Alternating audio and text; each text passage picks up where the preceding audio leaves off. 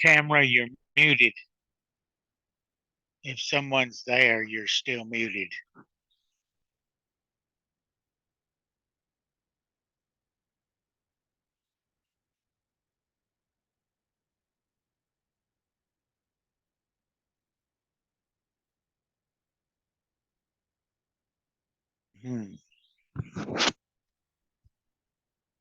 Tamara, you're muted, or if someone's around the computer, you're muted.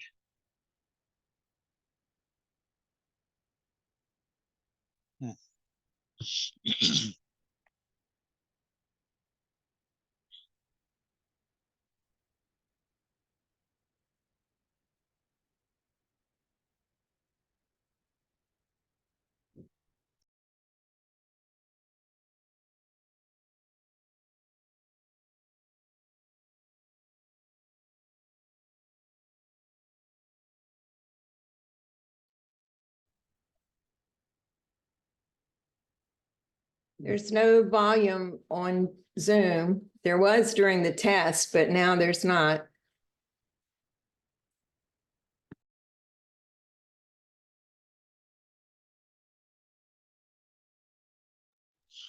Yeah, I don't think there's anybody around the computer to turn it on.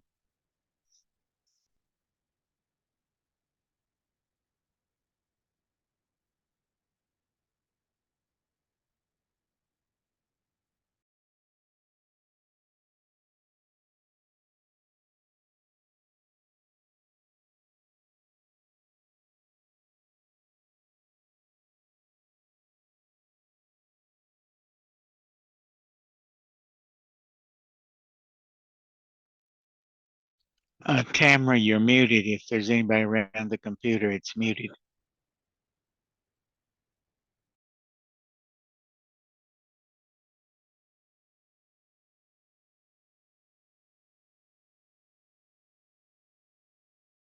Henry Seidel Canby as the hospitality chair. You have won a door prize. And if Charles wins again, I'm going to be suspicious. Who has it? Oh, very good. Come on up. We have a small gift. And do I have one more? I don't think we got that far down in the file. Oh, okay. Well. About just anyone want it? Who was the first person here tonight? You were. How about that? All right. Enjoy. Okay. So let me tell you about our first reader, our opening reader, Elizabeth Robin, goes by Robin.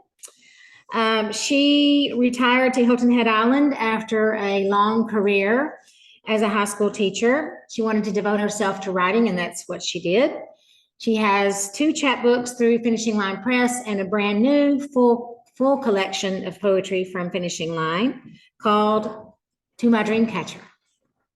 The previous 2 were Where Green Meets Blue, 2018, and Silk Purses and Lemonade, 2017. I have that one next to my bedside table. She won the Carrie McRae Nickens Fellowship from the South Carolina Writers Association and the John Edward Johnson Prize from the Poetry Society of South Carolina. She MCs a monthly open mic and partners with art groups to bring literary programs to Hilton Head. She was instrumental in creating a poetry trail there, which maybe she'll tell us a little bit more about when she comes up. And her latest edition of the poetry is now available, To My Dreamcatcher. Now, let me introduce Tarfia. On the way downtown today, I listened to Tarfia read via a YouTube video from the Sewanee Writers Conference. I was lucky enough to be part of the Sewanee Writers Conference in 2016. It was a wonderful experience. I recommend it to anyone who can do it. 12 glorious days, right? 12 glorious days. Anyway, I was watching her read, and she read a poem about women and freedom. I don't know if we're planning to read it today or not. Okay. I didn't want to spoil anything, but she used multiple words, phrases, and expressions in the poem that one hears when people talk about women. It was a succession of ideas reflected in society. You know, women are free, women are not free, they are delicate, they are attractive, They are professionals. They are property. And I saw these phrases and words coming together to form the substance of a jigsaw. And I don't necessarily mean a jigsaw puzzle. I mean the jigsaw with a fine blade that shapes material into curved lines. There was so much packed in there in those wonderful lines. Tarfia cuts curved lines in her poetry from her life experience as a Bangladeshi American who was born in Brooklyn, New York, and raised in West Texas. Her poetry collections include Register of Illuminated Villages from Grey Wolf 2018 and Seam 2014. Her writing has appeared widely and has been displayed at the Smithsonian, the Rubin Museum of Art, and elsewhere. She has been featured in many, many places. Too long for me to read here tonight, but she is the recipient of a Fulbright Fellowship, 3 Pushcart Prizes, and other honors. Her writing is translated into Bengali, Chinese, and Tamil, and is part of the theater production, I'm going to do my best, Birangona, Women of War, and we will welcome her up shortly as a warrior woman and poet. Okay, Robin, start us off.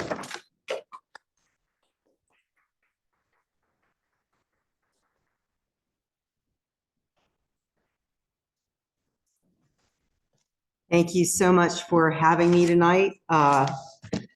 Appreciate having a chance to read on Poetry Month. It's quite an honor. It's an honor to read Warm Up for Tarfia. I hope I don't ruin that. I was trying to think, anytime you do a bit of a longer reading, you have to get something that will hang it together so that your audience doesn't die out there. And I was having a hard time with that, but hopefully I figured something out. Starting with a week ago, exactly a week ago, my New Jersey daughter messages me that she has just had an earthquake that, quote unquote, shook the entire house. And then we had a discussion about all of that. And then, of course, on Monday, there was this swath of the US that enjoyed a total eclipse. And, you start to see these wild apocalyptic ideas just mushroom. And I was thinking, humans tend to do this, don't they? We see things that are actually common events, although rare, but common, like an earthquake. It happens a lot, actually. And we read all kinds of stuff into it. And that reminded me of a piece that I wrote. I was actually camping at a state park near Columbia.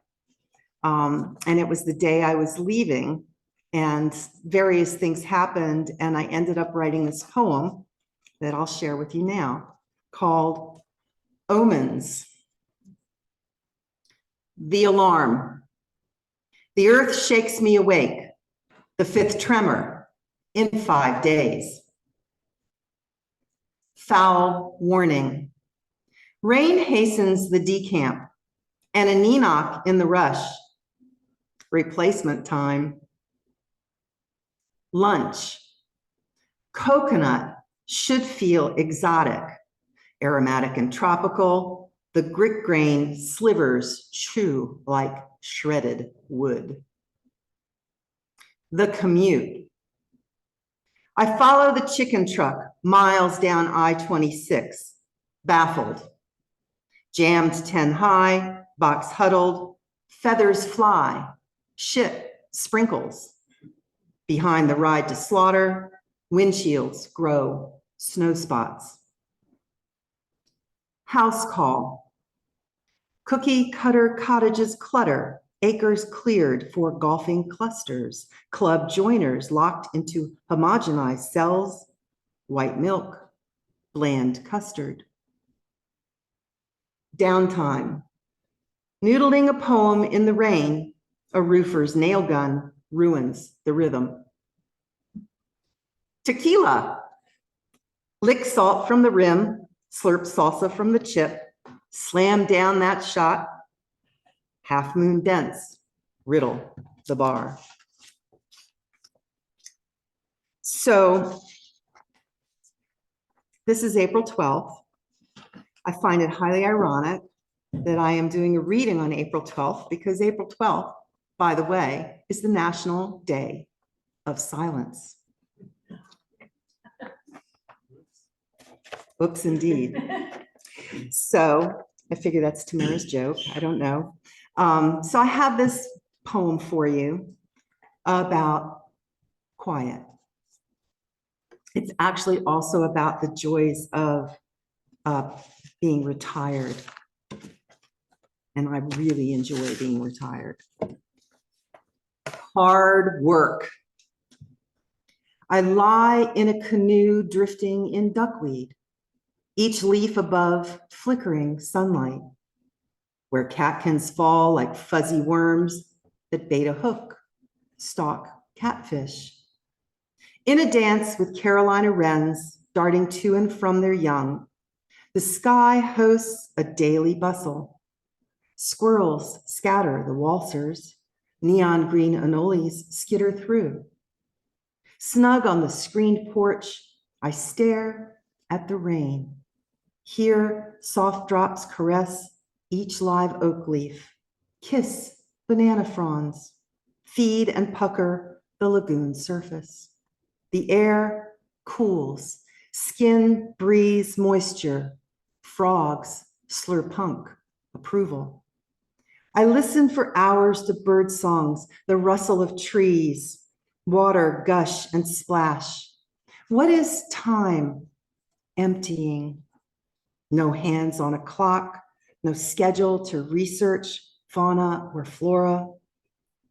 I can watch a lizard travel the length of the shadowed deck all morning, the great blue heron creep after prey, step by step, the entire periphery, lagoon circle without one ripple. I sit awed at the stealth and patience, the joyful product of a day's labor, blank stillness, sitting in quiet, free.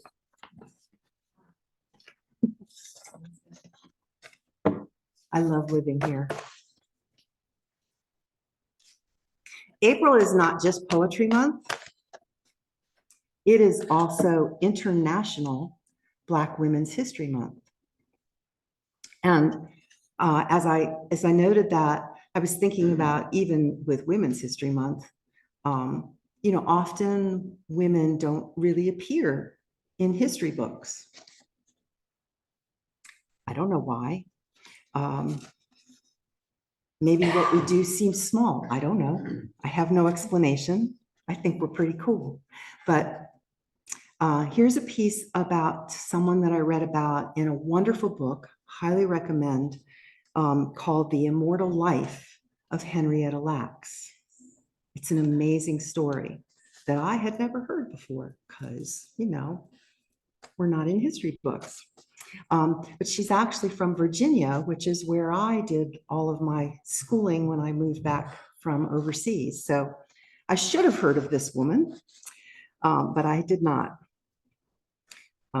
She's famous for something called HeLa cells, H-E-L-A, Henrietta Lacks. And apparently her cells, which were cancer cells, were reproduced ad nauseum and continue to reproduce even now, even though she died in 1951, and are responsible for an incredible array of scientific breakthroughs, including the COVID-19 vaccine. Yeah, so I know Virginia, so I wrote it in that dialect. So this is Henrietta Lacks. Hella no, I never said yes. They never asked the question while I was bleeding on the table. Never asked nothing, no time, no way. Guess poor Virginia housewives got no say when they talk poorly and got no way to pay. Maybe it don't matter. Been gone a long time, since 1951. But that's why you got that polio vaccine. That's why you got a cure for COVID-19 and that mapping of them human genes. But my kids got 5, 3 still alive. They ain't got not one dime from that Dr. Jive. 17,000 patents and not one of them are billions of dollars, not one penny for them. We suppose be happy getting 2 spots with the man. We suppose to thrive, creating some bioethics plan. My deepest secrets, that their genome thing. My cells be special. Hella cells is they. Immortal they is, and you took them without asking. Immortal, and you knew right away. Dr. Gay, the mother of modern medicine, that's me. That's my name. But my kids, my family, ain't got nothing from it. For shame.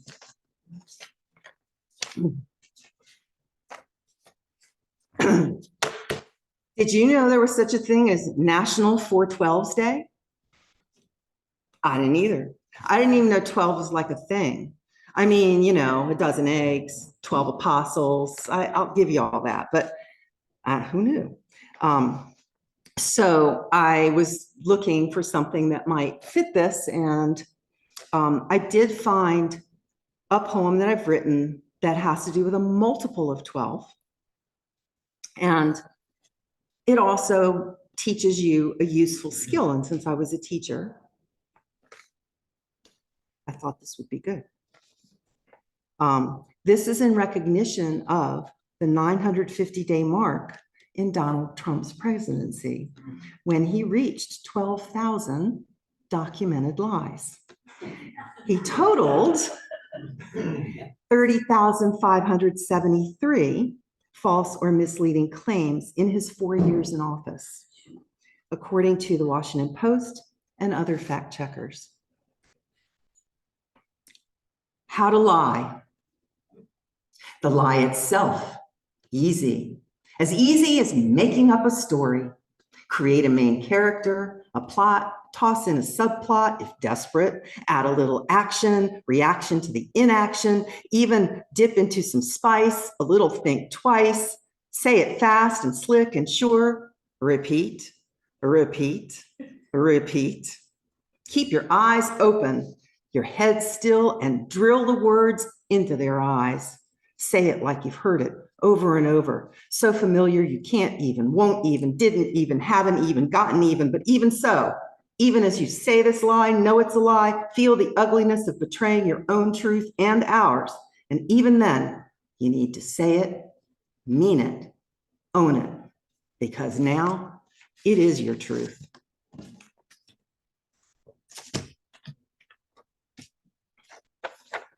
I'm not talking politics, I just hate liars. Anyway, so I looked up this day in history. Now, of course, you Charlestonians know this is the day that Fort Sumter was fired on. And I thought about reading this sonnet that I've written in honor of John C. Calhoun, but no, because you'd know it's not a good sonnet. So I'll keep working on it. But I did run across 2 really interesting facts that reminded me of how amazing humans can be.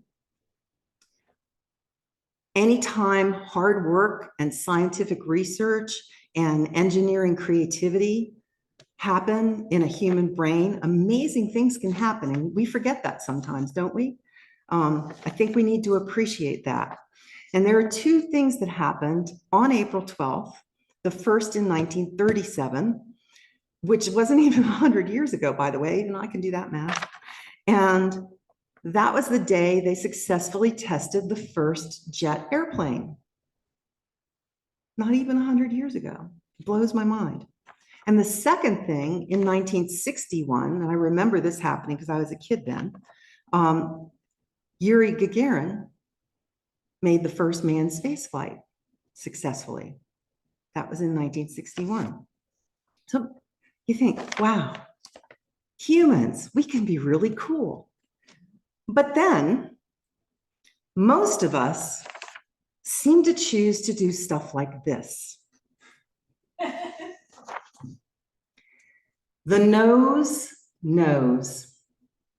On July 15th, 2022, KRCC reports Colorado Springs man becomes fourth person, fourth, to push a peanut up Pikes Peak with his nose. If my quest seems silly, why then all the tourista, photo ops? Why the headlines? Colorado Public Radio, NPR, NBC even. Why the, I did it. I set a record, 7 days up Bar Trail, 13 miles, mind you. Don't call me crazy. I planned it out, went through 24 peanuts and fought dehydration. Life on the edge.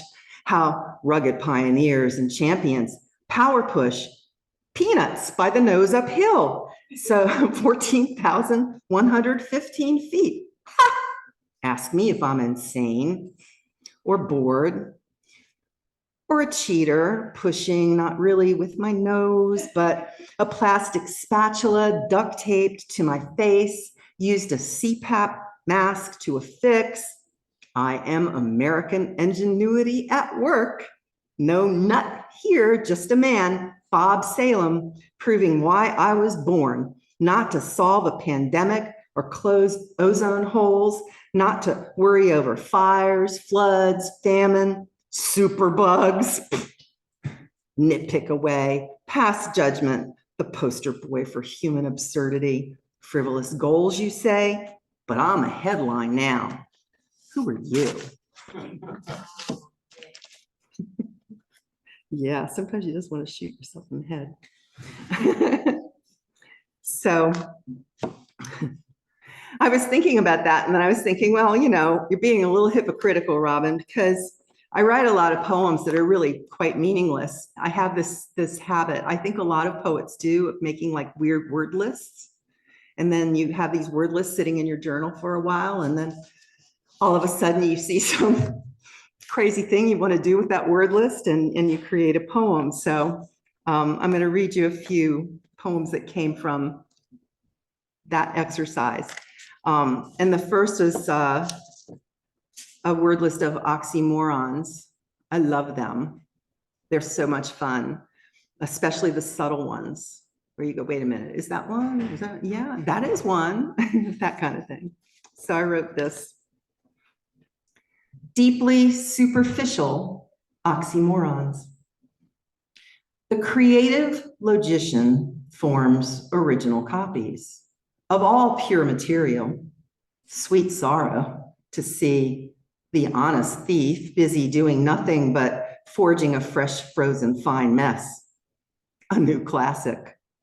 As an amateur expert myself, my only choice feels like a purposeful accident. A falsely true, genuine fake lead balloon, a derived spontaneity aimed at those alone in a crowd, anxious patients, needing an unlimited budget for farewell receptions and bittersweet reunions. It's the same difference, isn't it? The Walking Dead and Weirdly Normal join the funereal fun, share open secrets and closed wounds, or send a definite maybe and exit on arrival. Perhaps the random order of the guest host set off this deafening silence, but the authentic reproductions of oxymora in the hall serve up cold icebreakers. Yeah. Then I'm a real huge blues fan.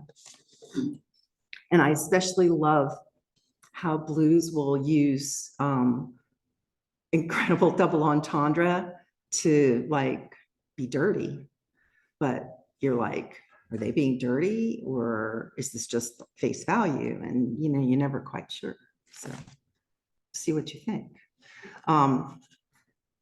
When I was a kid, I took gazillion years of piano lessons, and I had aspirations of being a concert pianist, which was never realistic. I'm just going to tell you that up front, but I thought I could do it. And I'm sure that my mother would be absolutely mortified to know that this is where I've gone with all of my piano lessons. Pianoforte. Play with me. In supple finger strokes, tap me softly, ripple up and down. Pianissimo, pianissimo. Then clench me in great corded fists. I may mute or shout in volume. Fortissimo, fortissimo. I might be the soundboard you need to tune when the pedal's pressed just right. Oh, true, I'm expensive, demand space and attention, but I sing any key or position.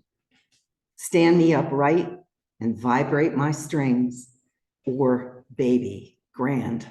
Spread out, lift my lid off and watch those hammers drop, bang and hum in cocktail black and ivory waves, scaling melodic walls. Andante, lento, staccato, crescendo. Bravo, bravo, bravo. Yeah. My mother's mortified right now. I don't know what to tell you, Mom. Okay.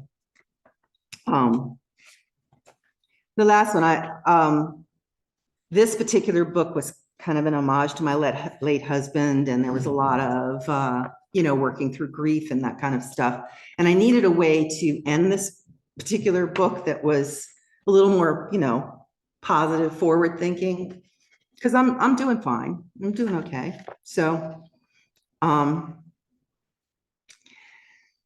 know you know what a palindrome is. They're kind of boring, they're the same forward and backward. I'm not even sure I'm going to say this right, but if you spell the word palindromes backwards, you get Samordnalap, which is an actual thing. If anyone wants to work on my pronunciation, I'd be glad to. But these are words that are a word forward and then a completely different word backward. For example, rail, liar, or flog, golf. You're going to have a lot of fun making word lists with this once you get started. So this is how I exited Where Green Meets Blue. Seesaw, a poem of Samordnalap. When forward goes backward, so reverse progresses, I stop and rail against the liar, reward instead the drawer, sketching the dray in the yard. Flog evil with live golf. Throw seraph into the fires, get faced on laced decaf.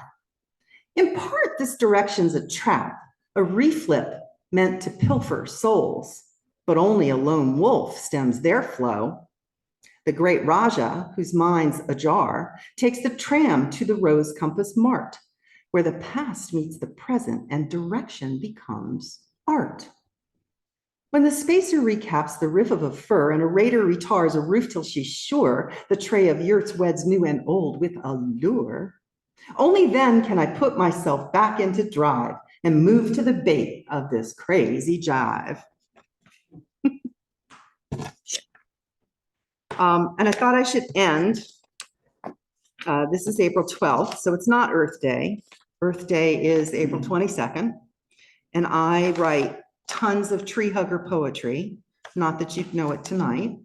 So this is a piece that I wrote after I had walked in my favorite maritime forest that I do often, because it's right in my neighborhood, on last Earth Day. On Earth Day, 2023, I follow a path through maritime forest, brushed by palmetto, fennel, Confederate jasmine. Sun filters through a canopy, waxed myrtle, live oak, red cedar.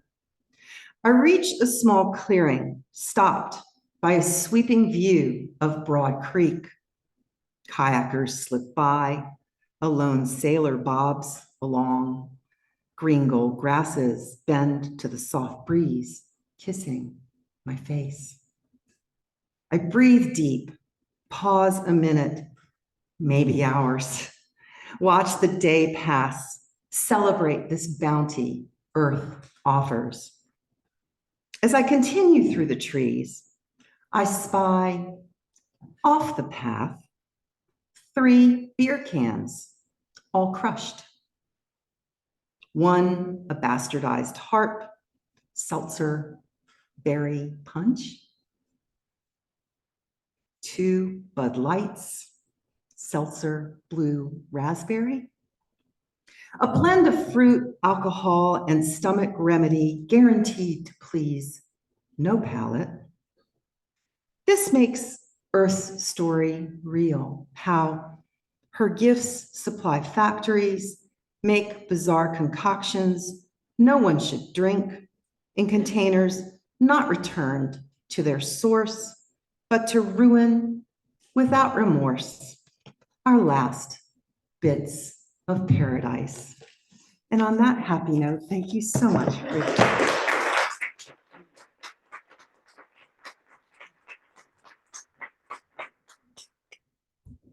I'd like to bring up Tarfia next, but I also wanted to tell you that we have a book signing with our poets after this event at Buxton Books. It's a 2-minute walk through Jacob's Alley. So I hope that you will go with us. I just want to tell you that now in case I forget. We'll be meeting over there and enjoying, I think, a little wine tonight and good company and good poetry. Come on up, Tarfia.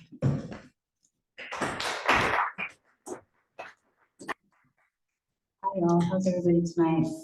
Good, thank you so much for having me. If you will, let's see. If you will forgive me, I'm gonna text my mother back real quick. I forgot to tell her that I got here safely, so until, I don't know if I can wait until after the reading. Hold on one second. Yes, I am here safe. Okay. Robin, it's a real honor to read with you. I really appreciate just the sheer range of your poems and all the curiosity is really beautiful. I'm going to read a few poems that are in conversation with yours. I'm going to start though, thinking about my mother. I'm going to read this poem that is called Mother. A little bit of personal context for this poem. My entire family was in a really terrible car accident when I was about 12, 13 years old. And the circumstances of the car accident was such that I went to one hospital and then my parents and my little sister went to another hospital. So this is sort of a poem that begins in a way when I woke up in the hospital. It's called Mother. I woke alone. I had been dreaming of cat-sized blood ants in my blood's homeland, of women who undrape wet and green fields from their torsos. Mother, it was cold. What used to be my arm ached. Nails were hammered to cohere my splintered shoulder. Cotton was pushed between my legs for that month's moon. It was some time before I remembered that light can't be brushed onto anyone else's shoulders, and I couldn't stop wondering why the ocean inside the drunkard never sleeps. I left the blankness of those walls and hobbled to where the world was free. I woke alone. Mother, I sat below a tree. It was asleep in a child while cannons fired across fields of cotton. The child knew how to cut and sand the tree into planks and hammer them across her windows. It had been a long time since she'd seen the ocean. She was used to drinking smoke. Each time a branch grows back, she mourned, I shake. I asked if she knew where my mother was. The child put her hand on my shoulder. She touched her saw to where I was most free. You woke and held out your arms to me. Mother, the napping tree in the village inside of me. You folded me back into fifths. Lay me in my sweet acorn cradle. You wrapped my favorite blanket, a black leaf, around me.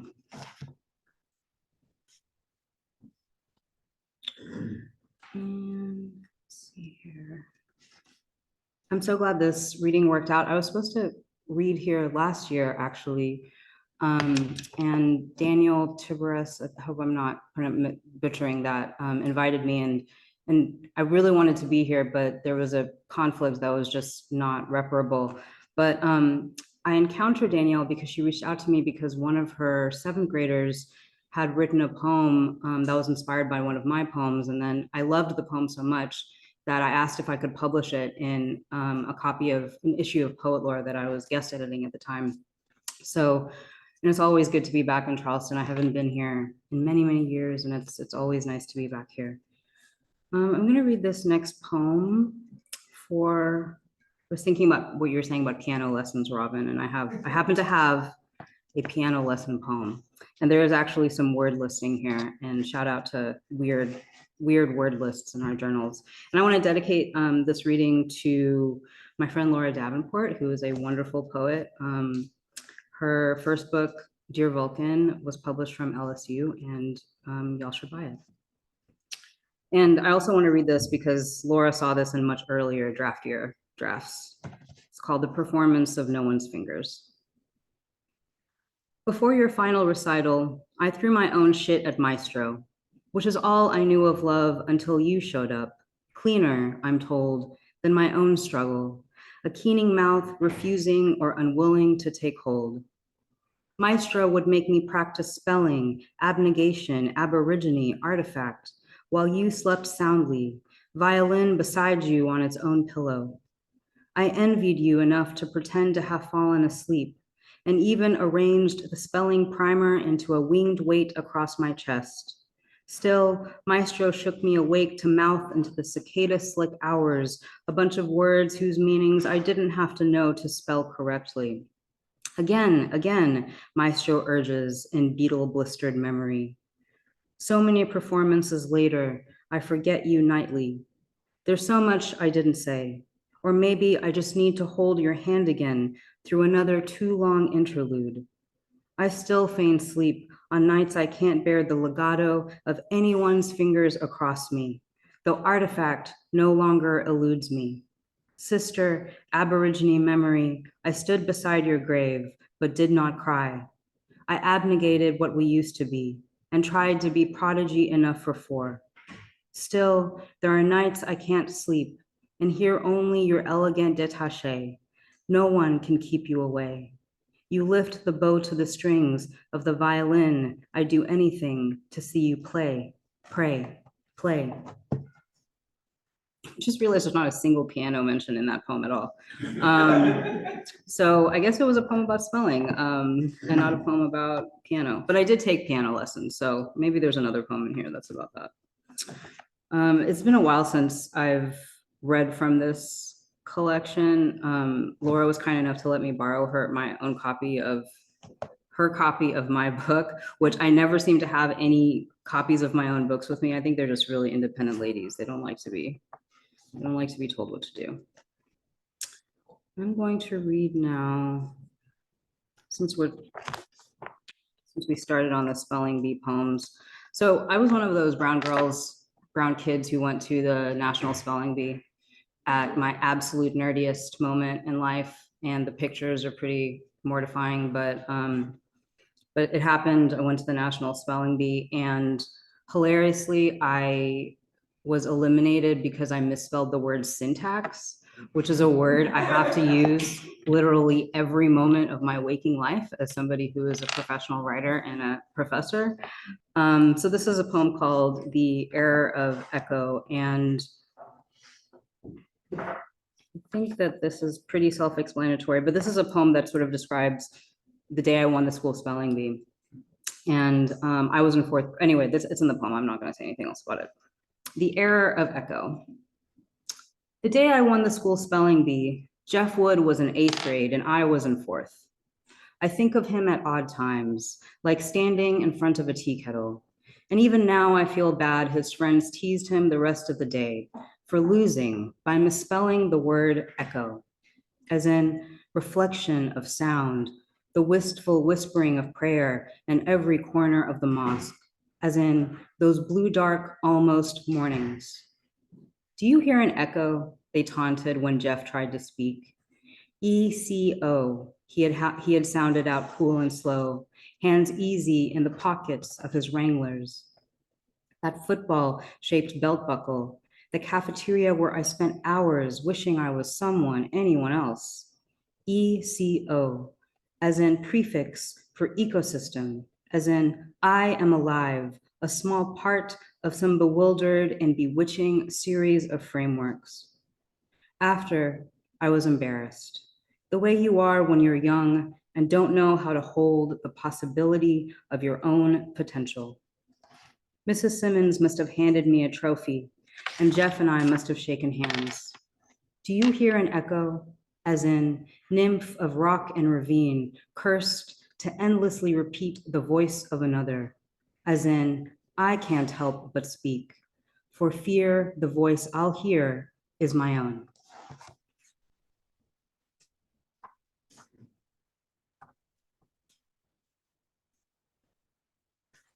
I don't have any tattoos. And you're thinking, why is she telling us this? But if I were to ever get a tattoo, I would get speller number 206, which is the number that they gave me, tattooed somewhere. That would be the tattoo I get. Because I feel sort of like my identity has continued to be a speller. I think I want to read this poem called West Texas Nocturne. One of the things that's sort of threading through this book, I was thinking actually having just read that book, that I guess I no longer feel bad about Jeff being made fun of that day. Like at the time I wrote it, I really did feel bad still, but I guess I don't feel that way anymore. But this is a poem called West Texas Nocturne. And I was going to say that one of the threads that's sort of running through these poems is that in that same car accident, my sister passed away, my little sister. She was 7 years old at the time. And it was many, many, many years ago. So I can now feel some kind of, I don't know what, I was thinking about this when you were talking about grief, Robin, and how sort of, it never completely goes away. You're always sort of looking at the world through a little bit of that loss. I was somewhere recently where there was water and it was nighttime and it was beautiful. And I sort of felt that tinge of sadness you feel when you see something beautiful. Because of somebody you've lost who can't see it there with you. This is a poem called West Texas Nocturne. Because the sky burned, I had to unhinge from the window the mesh screen, to step out onto the roof where the world was an orange, freshly peeled. I held to my nose fingertips scented with spring. Beside me fluttered the wings of another promise I made but didn't keep. I sat there for hours until my thighs were raw, ripped by those rough shingles. I knew how to perform under the gun, to tether myself farther and farther afield. This was before the other daughter died, and only one of us cried, but long after, those old pump jacks no longer needled the horizon clean. The velvet mat stayed unfolded, but I told y'all I prayed anyway. The sky was famished with stars. I couldn't help but count each scorched one.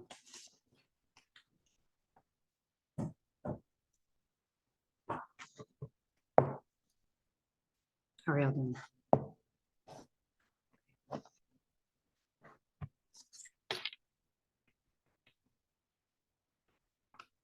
And let's just go directly into the heart of grief. And I'm going to read this poem called What This Elegy Wants.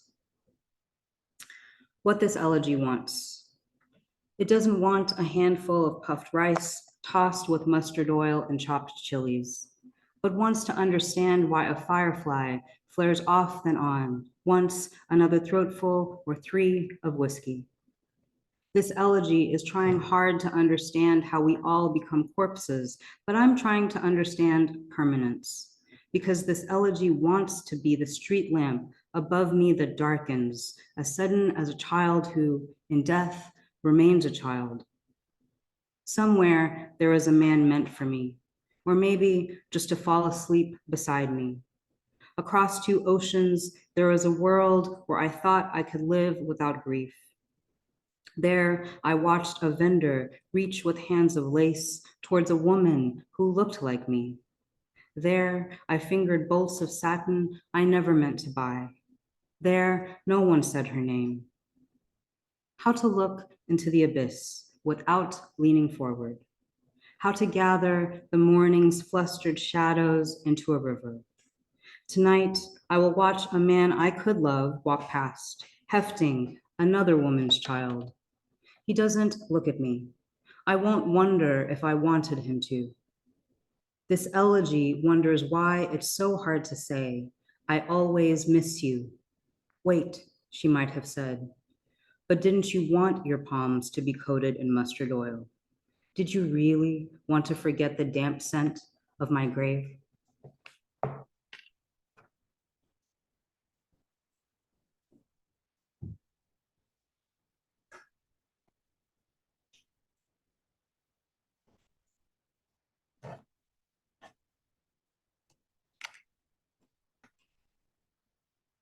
I'm gonna shift gears a little bit, and I'm gonna very impressively do the one poem I have memorized from memory.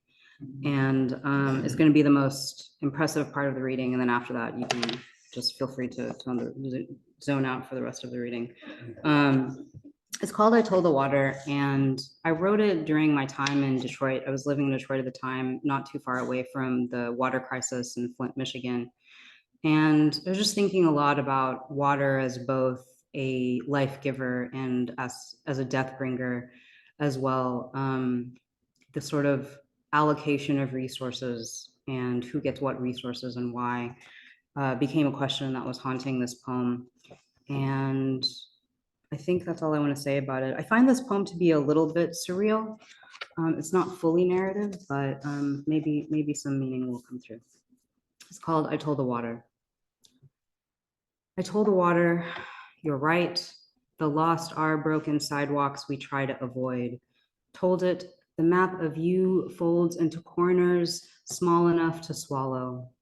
I told the water, you only exist because of thirst.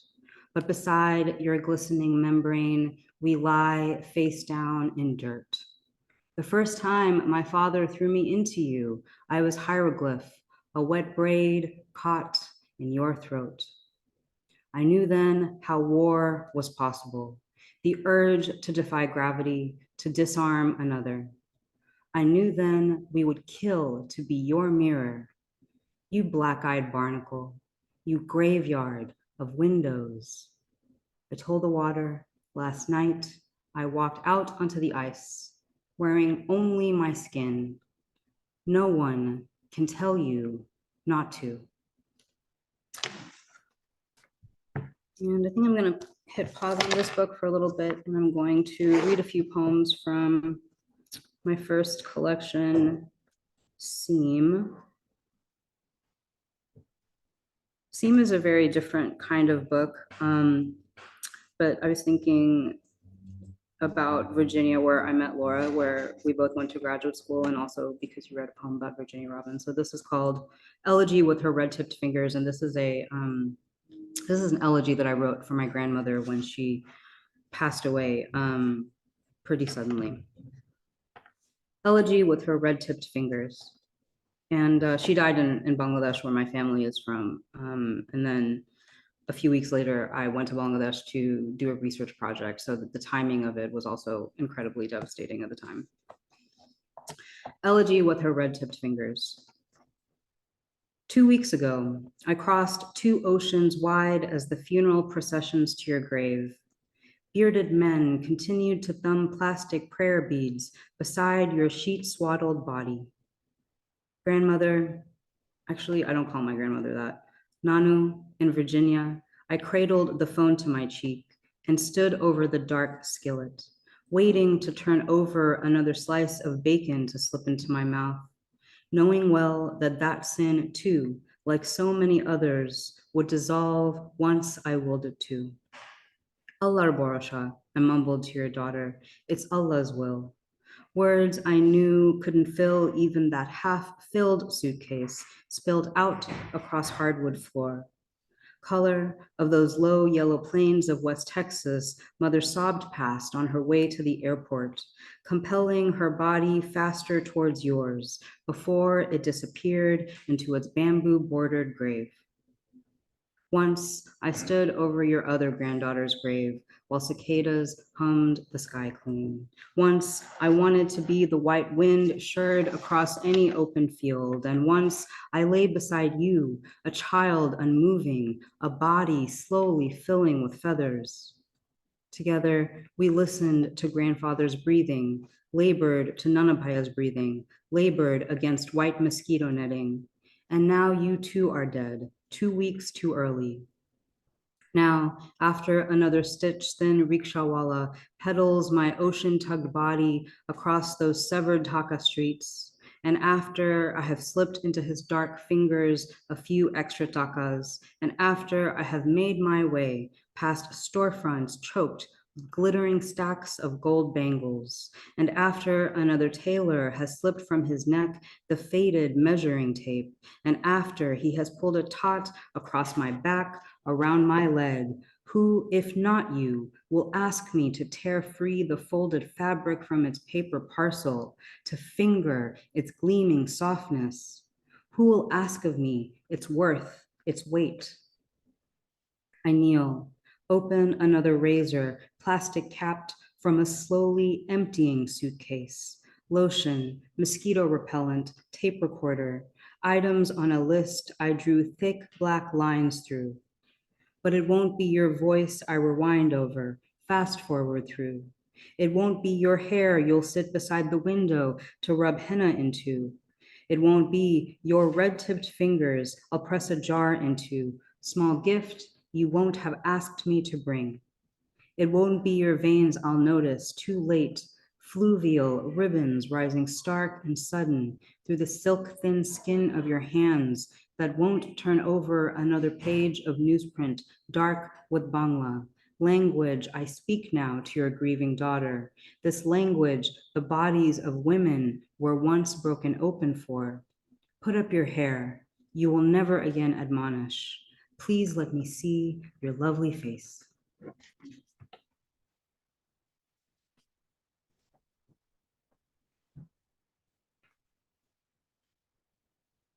I have a secret, which is that my mom, for my most recent birthday, gave me a pair of my grandmother's earrings.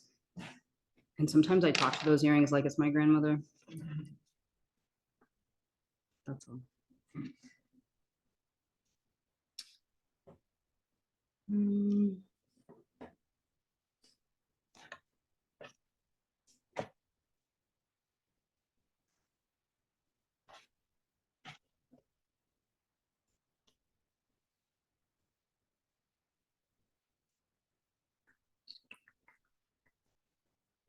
I'm gonna read, we have a little bit of time, I'm gonna read a slightly longer poem. This is a poem that's written in sequence and it has my grandmother in it a little bit, but it's called 1971. It's the first poem in this book, and 1971 is when Bangladesh became its own liberated country after a pretty short-lived but nonetheless devastating genocide. Bangladesh is actually on a list of anthropogenic disasters, which means that events that lowered the total count of the human population. And in order to get on that list, your highest estimate of losses has to be 100,000, and Bangladesh's was 3 million. And I went to Bangladesh to interview women who were either raped by the opposing army or taken as sex slaves by the opposing army. And then when I was actually in Bangladesh doing field work, I decided to call my mom and ask her what her experience of the war was, because she was alive during that time. And strangely, she said that she shared this really beautiful memory, which is that she was a little girl at the time and she remembered watching her mother, my grandmother, bathe in a pond. And so that makes it into the poem. 1971. In West Texas, oil froths luxurious from hard ground, while across Bangladesh, bayoneted women stain pond water blossom. Your mother, age 8, follows your grandmother down worn stone steps to the old pond, waits breathless for her to finish untwining from herself the simple cotton sari to wade alone into green water. The same color your mother thinks as a dress she'd like to twirl the world in. She knows the strange men joining them daily for meals mean her no harm. They look like her brothers do, nights they jump back over the iron gate, drenched in the sense of elsewhere, only thinner, so thin. In the distance, thunder, though the sky reflected in the water her mother floats in burns bright blue. Gather these materials, slivers of wet soap, hair swirling pond water like black oil. Amar pita duidena, grandmother says. So mother palms the pink soap, slides it between her small hands before arcing its jasmine-scented froth across her back. Gather these materials, the afternoon's undrowned ceremonies, the nattering of cicadas, yes, yes, yes. Mother watches grandmother disappear into water, light, many-leafed, like bits of bombshells, gleaming like rose petals, upturned in wet grass, like the long river in red twilight. 1971, the entire world unraveling, like thread your mother pulls and pulls away from the hem of her dress. In America, the bodies of men and women march forward in protest, rage candling their voices. In Vietnam, monks light themselves on fire, learning too late how easily the body burns. And soon, the men whose stomachs flinch inward still will struggle the curved blades of their bayonets into khaki-clad bodies. But for now, they lean against the cool stone walls of your grandparents' house, eyes closed as your mother watches her mother twirl in the pond, longs to encircle herself in ripples of light her fingers might arpeggio across green water. She loves the small diamond in her mother's nose, its sunlit surface glittering like curled hot metal. She knows falls from the sky, though never before her eyes. Why call any of it back? Easy enough to descend with your mother, down and down hard stone steps. How I loved, she says, to watch her. Yes, reach forward, to touch the sun-ambered softness of the bright sari grandmother retwines around her body. Yes, your eyes dazzled by the diamond's many-chambered light. It shined so, mother says, though it's not you she's speaking to anymore, caught as she is in this reeling backward. 1971, and a woman catches the gaze of a soldier through rain-curved palm trees, her sari torn from her. She bathed the same way each time, mother says. The torn woman curls into green silence. First, she would fold her sari, then dive in. Yes, the earth green with rain, the water green. Then she would wash her face until her nosepin shined. Ahare, how it shined. His eyes green. Then she would ask me to wash her back. The torn woman, a helix of blood. Then she would rub cream into her beautiful skin. The soldier buttoning himself back into khaki. Yes, call it back again. 2 oceans between you, but still you can see her running a finger along the granite counter in the sun-spilled kitchen, waiting for the tea to boil before she drives past old West Texas oil fields, still bright with bluebells. It's bluebell season right now, actually. But tell me, she says, why couldn't you research the war from here? Gather these materials, these undrowned ceremonies, tea poured into a cup, a woman stepping lightly across green field into a green pond. But don't tell her the country of her birth became a veined geography inside you, another body inside your own. Oh, Ma, she sobs, I miss your grandmother so. You open the door to step out to the concrete veranda. Look, the moon is an ivory scythe, gutting another pond across which the reflection of a young girl's braid ripples. Tell me, you say, about 1971.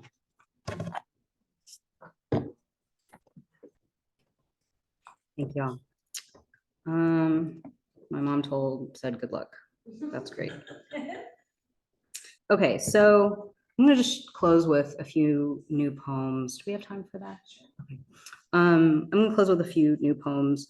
One of the questions I get asked regularly enough is why poetry? Why not other genres? And then also, how did you become a poet?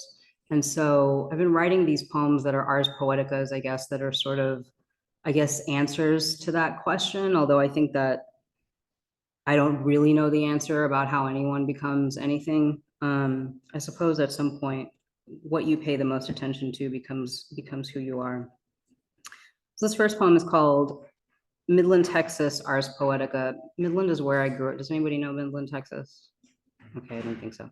You might remember Midland, Texas from Baby Jessica falling down the well in the 80s, among other things, but Midland, Texas is also bush country. I went to school with a girl whose mother introduced George and Laura Bush to each other. That's not in the poem at all. But this is called Midland, Texas, Ars Poetica. And it's sort of a love poem to Emily Dickinson as well, who was an early guide for me. And there's a moment in the poem where I refer to Dickinson as Emily because I decided recently in the last few years that I'm friends to all poets, maybe especially the dead ones. And so I've started to think about them by their first names, which I don't think I'm allowed to do, but I'm doing it anyway. Midland, Texas, Ars Poetica. I found myself reading Dickinson by a window, the blinds partially drawn, a normal enough day, save that for the first time in the history of that school, that era, a girl like me reads Dickinson by a window. She wasn't dear Emily yet. I think by then the Berlin Wall must have fallen. No, I am sure of it. Mrs. Fernandez, the librarian, must have been there. I was so reassured by her non-smiles and thick glasses, Coke bottle glasses, I would learn to say, an ever reluctant ad for consumer English, but a lover of the colloquial in any form. Yes, Miss Faizullah, she'd drawl when I ended up back at her post again. Books held, yes, close to my chest. It was a certain slant of light that did it. It appeared, no, it arrived across the page from the familiar window, as though for the first time. That slant sent me. The page become the words on the page, become the whirl. My first trip to inner space. I must have been 9, maybe 8. I should have defended Mrs. F to the others, made them pay. I never intended to be a poet. Villain origin stories are like that.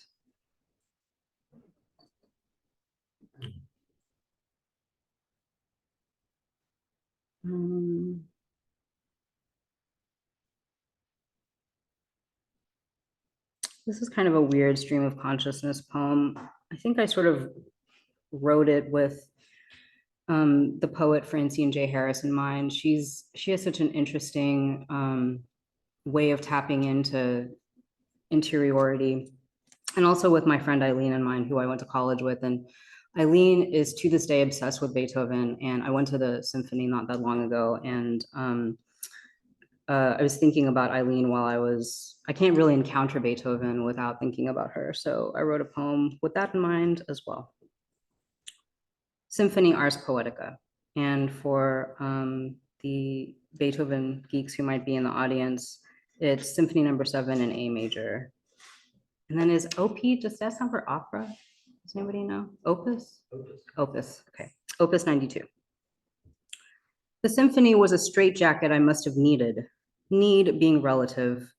The organ pipes, silver, looked like missiles, that bright and tipped.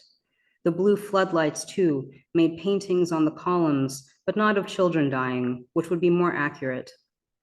My seatmate had lain her jacket on the seat that was mine, a way of marking what is whose and when. The never-ending not fun game of what is yours and what is mine. Everywhere was genocide, genocide. Nowhere was not. Let them call us what they will then. Most of my life has been spent seeming unmoved while being displaced or unwritten. As usual, most of me was absent from this particular context, but the music was nice. I was smiling and clapping, but who knows if I meant it. All these vortices in one space. I was thinking about Eileen again, how much she loves Beethoven, how she kept the letter I wrote her when her father died. Love can be paper like that. One of the lessons of Immortal Beloved, her favorite movie about Beethoven. Top that, I'd said to him triumphantly, not Beethoven, but a man in my life at that time. Then the friendly thwack of his hand, not unwelcome, but I barely felt it along an axis. It'll take more than that. Maybe a summit. A summit might cure me. To sum it up, I've been not bad at math. Good enough to make a few lines of poems count. At least that.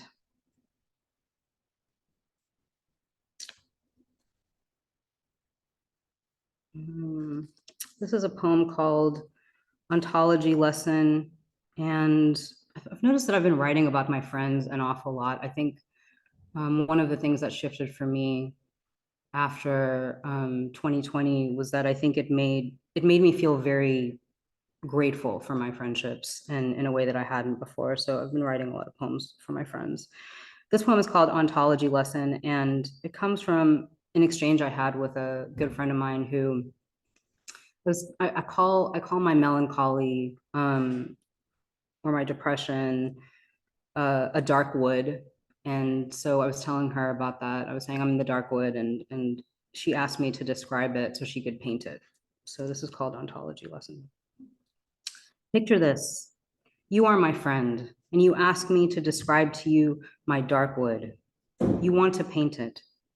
Is it pretty, you ask? Beautiful, I say, but like tragically. Does it feel open and overwhelming, or closed and oppressive, or just average?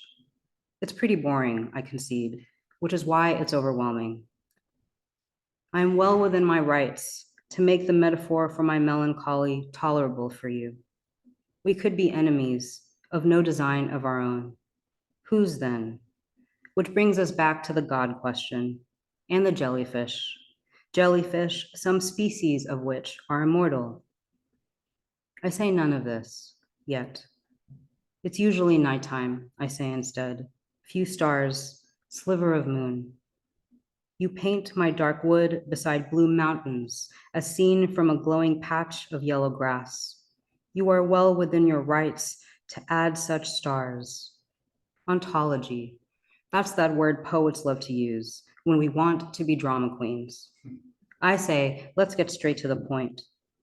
What would you be if you could be a landscape? I'm not too sad to write us down.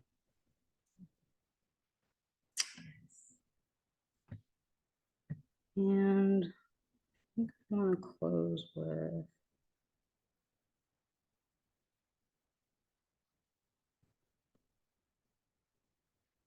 I'm just going to close with one last poem, and it's another poem for, actually, I'm going to do this thing that I'm scared of, which is to read a poem that I have never read before. And it's called Ars Poetica.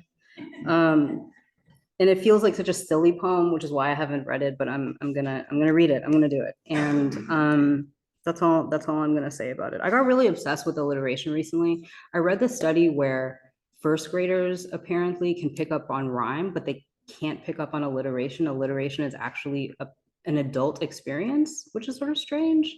So I was fascinated by that. And so this poem is very, very alliterative. Ars Poetica. So mortifying to read that title every time. Okay. Dear poet, dear politician, dear prophet, dear paleontologist, dear perimeter, dear passage of time unmarked, dear passion, dear pollution, dear persecution, dear problem solver, dear people pleaser, dear perennial, passion fruit, portent, dear portico, preamble, pomelo, dear prancer, pisser, predicament, dear prude, dear planet, dear prettiest, dear panic, patience, pollen, parmesan, dear pran-fried, dear preternatural, dear problematic, dear penis, yes, you were waiting for it, dear pardon, penitence, periwinkle, penitentiary, poke, plie, pristine, punishment, pontification, politeness, polyamory, preface, Pam cooking spray, dear Palestine, my cousin, dear Palmy, who lives in Australia, dear patriarchy, dear predecessor, dear porcupine priest, dear Padma Lakshmi, dear Polyanti, dear Pashmina, Pakistan, pillow, plow, pestilence, dear poopy pants, pedicure, petticoat, president, dear period smell, dear past tense, pushkin, pond, parliament, G-Funk All-Stars, dear Porky the Pig, dear portmanteau, dear plausible clause, dear pill popper, dear popcorn, dear your package has been left at the door, dear patio, dear Pop-Tart, dear pleasure palace, dear potato, dear permission, dear pressure, dear pop and lock, dear Prithibi, dear Protham Alo, dear Pasha Taco, dear Poila Boishak, dear polka dots, dear proton, dear pin the tail on the donkey, dear plot, oh, I have lost the plot, but now all the poems in me are dancing. Thank you all so much.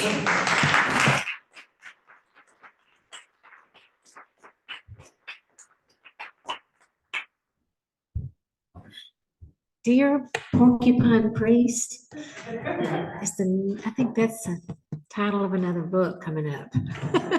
That was wonderful. Three more things.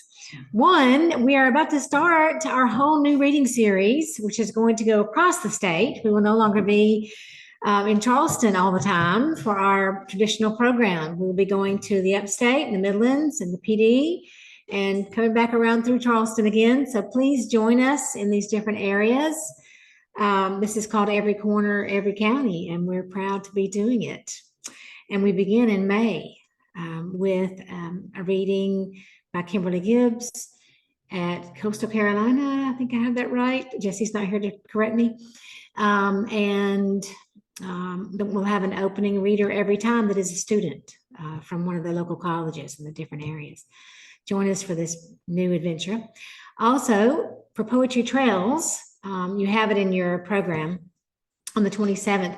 We are having a poetry contest. So you can send in a poem to me at everycornereverycounty@gmail.com, and I will pass it on to a judge who will decide what is the best nature poem, or I don't know, something about trails, anything with a sort of an environmentally friendly theme. And we are going to give away another guitar, another beautiful guitar, thanks to Danny Sciartino. So if you've been wanting a guitar all your life, or you know someone who does want one, maybe you can try to win it. And I know I'm going to forget what the third thing was. I don't know. Thank you for being here, maybe. Yes. I have a question about your annual forum. It doesn't give a time. Oh, 7 o'clock. 7 o'clock. the May Forum, 7 o'clock. Yes, that is. Yes, we're still having the May Forum. Absolutely. We're just having a kickoff event in May also for the new series. Thank you. Excellent questions. Jim, what have I forgotten? Probably the workshop. The workshop. Thank you. The workshop tomorrow with our wonderful Tarfia again. And it'll be at 10 o'clock. We'll open the doors around 9:30. I'll make coffee for you. Please come. Thank you, everybody. It's right here. Yes, it's here. It's here. And we'll set up some tables in the back. Would someone like to walk Robin and Tarfia down to Buxton Books while I'm cleaning up a bit here? Okay, great. And I'll see you down there. Thank you.